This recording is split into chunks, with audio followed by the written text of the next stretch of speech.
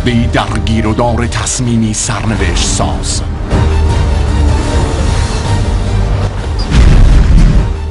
او واقعاً کیست؟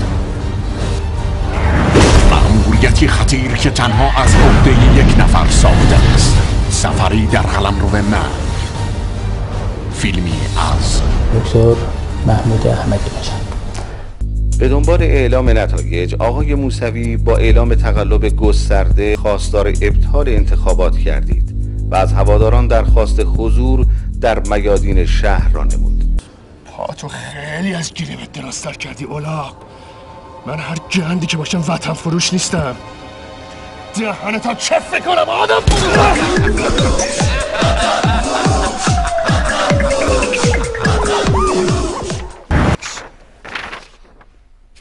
یه عکس جناب آقای چیز به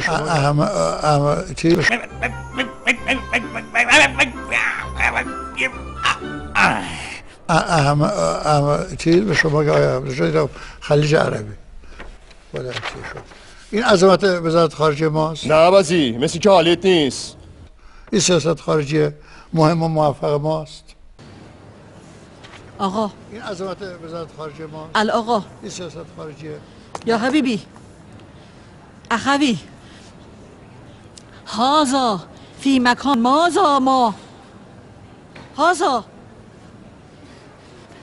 لا خواهر لا مادر لا خواهر مادر هيا على خير الأمر نماز مسلمان مسلم لا دول الخلیج العربیه العربی برمیگرده به دول نه به خلیج. هیچ وقت نمیگن خلیج عربیه، میگن خلیج عربی. حاجی تاج سره ایول ایوله ایول ایوله حاجی گل به سره.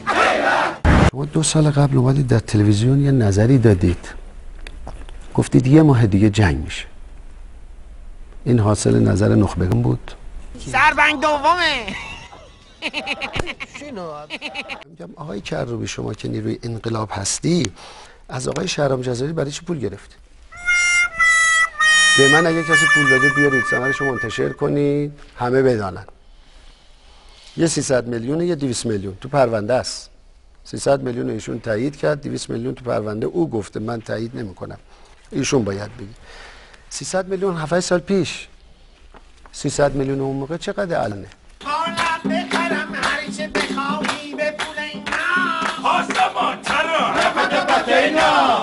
این خونهشون چجوری اومده؟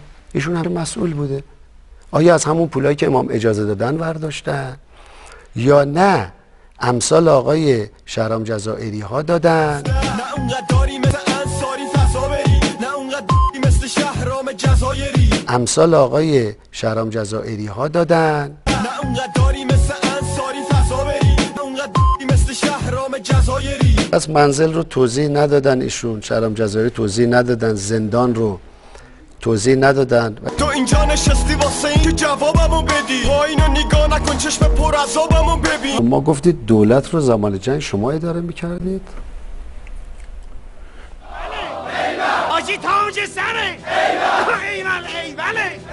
این عین جمله‌ای بود که شما گفتید. شما نوبتتون ادامه بدید. حالا من سوالم کردم، نوبتم سوال کردم از شما.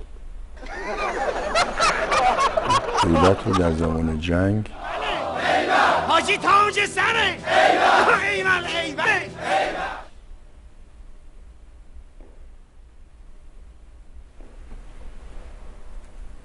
نمیخواد پاسخ بدید؟ من نه میتونم. حاجی تاج سره ایول ایوله ایول ایوله حاجی گل به سره. خب آدم که خود محور نباشه از قانون فرار نمیکنه، از قانون استقبال میکنه. دوستم نداره قانون رو، میره از راه قانونی میره حلش میکنه. به خدا قسم راست میگم. تو مقابل یه مرد شریف نجیبی زنشو در میاری عکسش اینجوری میکنی، انتظار داری همه چی به همه بگی هیچ کی چی به تو نگه؟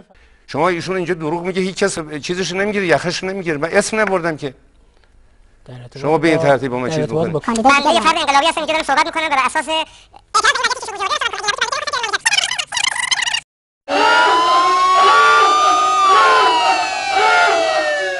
چرا هیچ کس منو دوست نداره. ببینین بحث بنده از روی دلسوزی است. بحث من از روی حل به اصطلاح طرح یک مشکلی است که اگر ادامه پیدا بکنه، که اگر بقیه ابعادش من بشکافم خواهیم دید که همین مسئله تورم هم ناشی از این بیکاری. اعتیادم همین بدفرهنگی نتیجه این سیاست هاست. شکست ما در سیاست خارجی هم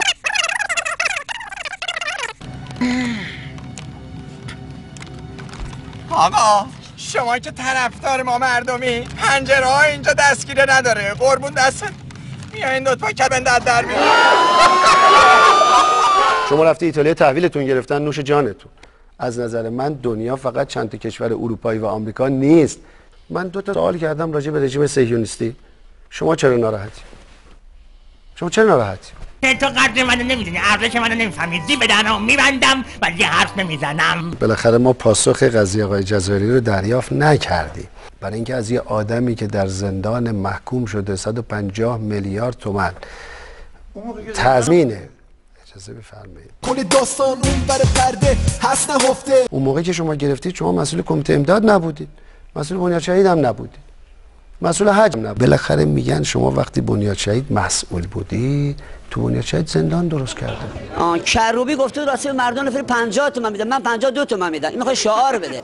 بشین تو خونت و خودتو باد بزن و ماهانه بگیر 70,000 تومن.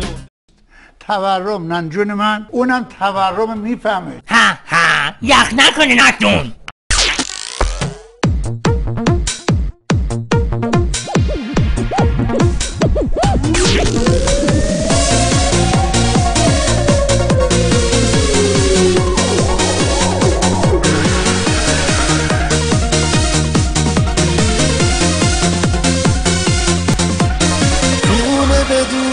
تو رو خوب میشناسمت، زخم تو تازه است توی سینم.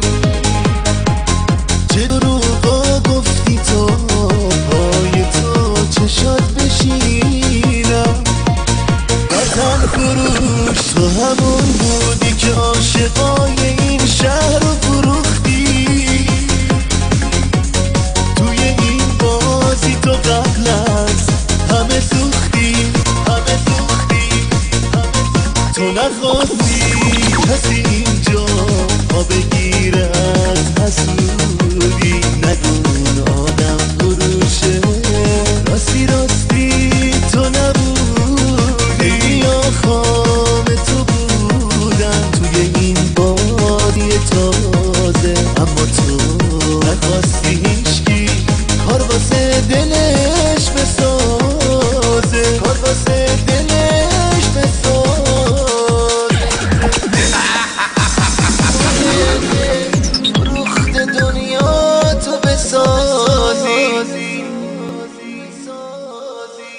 تمومه وطن فروش. از ملت عزیز میخوام که اجازه بدن یک بار دیگه این خادمشون 4 سال در خدمت اونها باشد.